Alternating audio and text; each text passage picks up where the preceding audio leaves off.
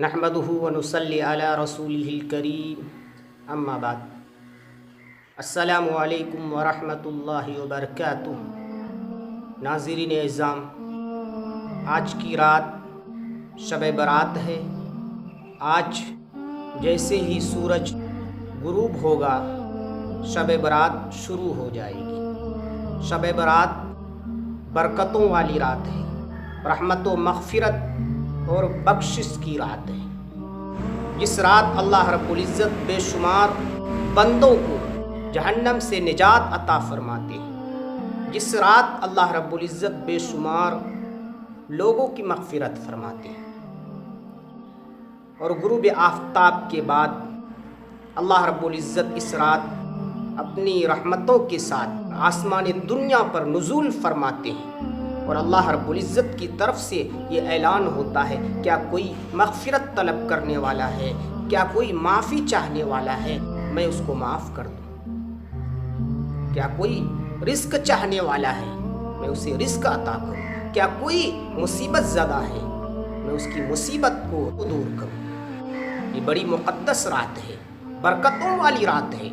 اس رات کو ضائع ہونے نہ دیں، اس رات کو کاہلی کے ساتھ نہ گزاریں۔ اس رات کی بہت اہمیت ہے۔ جب شب برات شروع ہو جائے تو ہم آپ کیا کریں، ہم آپ کس طرح عبادت کریں؟ شریعت کی طرف سے اس رات میں کوئی خاص عبادت کا حکم نہیں، نہ کوئی خاص نماز کا حکم ہے۔ نبی کریم صلی اللہ علیہ وسلم نے فرمایا کہ جب شب برات آ جائے، جب نصف شعبان کی رات ہو جائے، فقوموا لیلہا، رات میں شب بیداری کرو، شب برات میں شب بیداری کرو، راتوں کو جگ کر اللہ کی عبادت کریں، زیادہ سے زیادہ نوافل پڑھیں، تلاوت کریں، تسبیح پڑھیں، اوراد و وظائف کا اہتمام کریں۔ اس رات کو کاہلی اور سستی کے ساتھ نہ گزاریں۔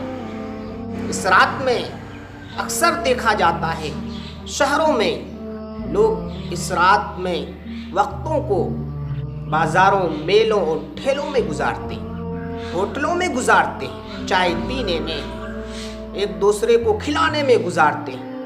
یہ رات بار بار آنے والی نہیں ہے، سال میں ایک بار آتی ہے۔ اس رات کی ہم آپ قدر کریں، اس رات کو جگ کر زیادہ سے زیادہ اللہ کی عبادت کریں، اللہ سے دعائیں مانگیں، اپنے گناہوں سے توبہ کریں۔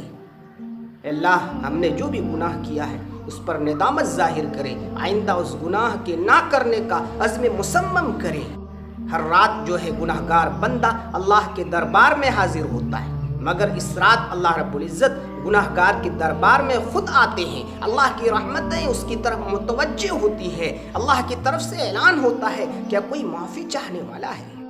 ہم آپ اپنے گناہوں سے توبہ کریں گے تو اللہ معاف کر دیں گے۔ اللہ کی طرف سے اعلان ہوتا ہے، کب تک؟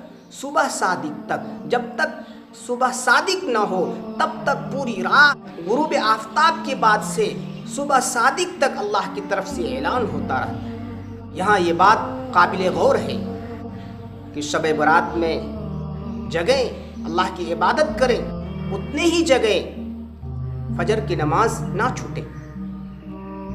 لوگ شب برات میں شب بیداری کرتے ہیں، راتوں کو جگ کر اللہ کی عبادت کرتے ہیں، نوافل کا اہتمام کرتے ہیں، مگر فجر کی نماز چھوٹ جاتی ہے۔ فجر کی نماز اگر چھوٹ گئی، پوری رات جگنا بیکار، پوری رات جگنا بیکار ہوا۔ اتنی ہی جگہ کہ فجر کی نماز نہ چھوٹے، جماعت سے نماز پڑھیں، اس کا خاص خیال رکھیں۔ ہم آپ شب برات شب بیداری کی رات ہے، اس میں زیادہ سے زیادہ نوافل پڑھیں، اور نوافل میں سے صلاۃ التسبیح ہے۔ حضور اکرم صلی اللہ علیہ وسلم نے اپنے چچا حضرت عباس رضی اللہ عنہ کو آپ نے یہ نماز سکھلائی تھی۔ اس کا بے حد اجر و ثواب ہے۔ اس نماز پڑھنے پر اللہ تعالیٰ 10 طرح کے ہم آپ کے گناہوں کو معاف کریں گے۔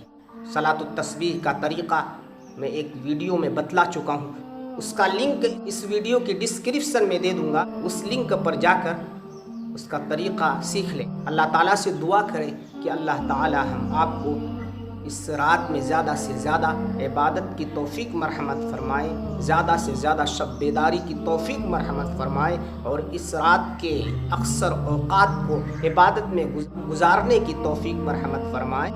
اس رات کے اوقات کو ہوٹلوں اور ٹھیلوں میں گزارنے سے اللہ حفاظت فرمائے۔ اس رات میں اللہ رب العزت ہم آپ کو ہر قسم کی غلط رسم و رواج، بدعت و خرافات سے حفاظت فرمائے۔